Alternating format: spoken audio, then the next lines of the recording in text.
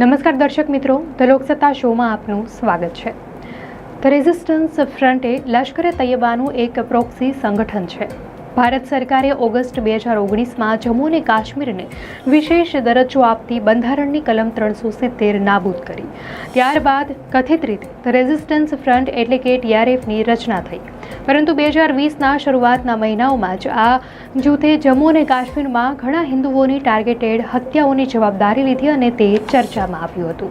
TRF Pakistan સ્થિત જૂથ લશ્કરે તૈયબા સાથે પણ જોડાયેલું હોવાનું કહેવાય છે અને તેને ઘણીવાર એલટીની શાખા તરીકે ઓળખવામાં આવે છે. TRFને લશ્કરે તૈયબાના એક મોરચા સંગઠન તરીકે જોવામાં આવે છે. ભારતીય સુરક્ષા એજન્સીઓના મતે આ સંગઠન કલમ 370 હટાવ્યા બાદ આંતરરાષ્ટ્રીય પ્રતિબંધોથી બચવા માટે બનાવવામાં આવ્યું હતું. જાન્યુઆરી 2023માં ભારતના ગૃહ મંત્રાલયે આ જૂથ પર પ્રતિબંધ મૂક્યો અને 1967ના અનલોફુલ એક્ટિવિટીઝ પ્રિવેન્શન એક્ટ હેઠળ તેને TRF સંગઠન જાહેર કર્યું. ગયા મહિને 22 એપ્રિલે પહલગામમાં પ્રવાસીઓ પર થયેલા ચરમપંથી હુમલામાં આ જૂથ સામેલ હોવાનો આરોપ છે. આ હુમલામાં 26 લોકોના જીવ ગયા હતા. TRF પોતાને ભારતથી જમ્મુ અને કાશ્મીરની સ્વતંત્રતા માટે લડતા કાશ્મીરી પ્રતિકાર આંદોલન તરીકે રજૂ કરે છે. જો કે તે પાકિસ્તાન સ્થિત લશ્કરે તૈયબાનું એક મોરચા સંગઠન હોવાનું માનવામાં આવે છે.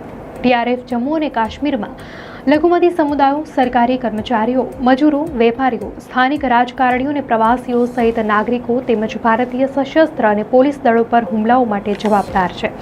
TRFએ પહલગામ હુમલામાં તેમની સંડોવણીનો ઇનકાર કર્યો છે. તેમ છતાં શરૂઆતમાં તેમણે આ હુમલાની જવાબદારી સ્વીકારી હતી.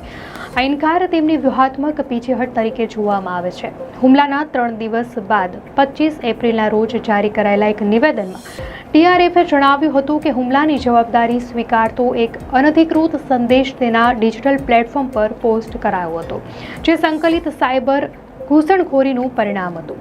આ જૂથે ભારતના સાયબર પ્રોફેશનલો પર આરોપ લગાવ્યો અને કહ્યું કે આ દાવો ખોટો, ઉતાવળિયો અને કાશ્મીરના પ્રતિરોધને બદનામ કરવા માટેના અભિયાનનો ભાગ છે. TRFના સંદેશમાં કહેવાયું છે કે આંતરિક તપાસ બાદ અમારી પાસે એવું માનવાને કારણ છે કે આ એક સંકલિત સાયબર ઘૂસણખોરી હતી. અમે આ ઉલ્લંઘનને સમજવા માટે સંપૂર્ણ તપાસ કરી રહ્યા છીએ અને પ્રારંભિક સંકેતો દર્શાવે છે કે ભારતીય સાયબર ઇન્ટેલિજન્સ ઓપરેટિવ્સનો હાથ હતો. આ નિવેદન સૌપ્રથમ ધ રેઝિસ્ટન્ટ ફ્રન્ટ જે NKની ટેલિગ્રામ ચેનલ પર પોસ્ટ કરાયું હતું.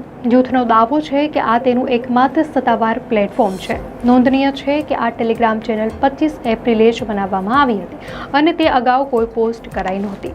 ભારતીય અને આંતરરાષ્ટ્રીય સુરક્ષા એજન્સીઓ દ્રઢપણે માને છે કે TRF એ પાકિસ્તાન સ્થિત લશ્કરે તૈયબાનું એક પ્રોક્સી સંગઠન છે, જે 2019માં કલમ 370 હટાવ્યા બાદ LET દ્વારા આંતરરાષ્ટ્રીય પ્રતિબંધોથી બચવા માટે બનાવવામાં આવ્યું હતું.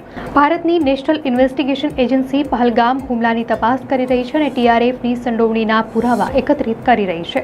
જો કે ભારતીય અધિકારીઓએ TRFનું તાજેતરના નિવેદનની સત્યતાની પુષ્ટિ કે ઇનકાર કર્યો નથી. એક પોસ્ટમાં કહેવામાં આવ્યું છે કે અમે નાટકીય ક્રૂરતાના આધારે નહીં પણ સિદ્ધાંતના આધારે પ્રતિકાર કરીએ છીએ. અમે કબજા સામે લડીએ છીએ, નાગરિકો સામે નહીં. તેમાં એમ પણ કહેવામાં આવ્યું હતું કે આ રક્તપાતમાં TRFની કોઈ ભૂમિકા નહોતી. TRF દ્વારા પહલગામ હુમલામાં તેમની સંડોવણીનો ઇનકાર તેમની બદલાતી રણનીતિનો એક ભાગ છે.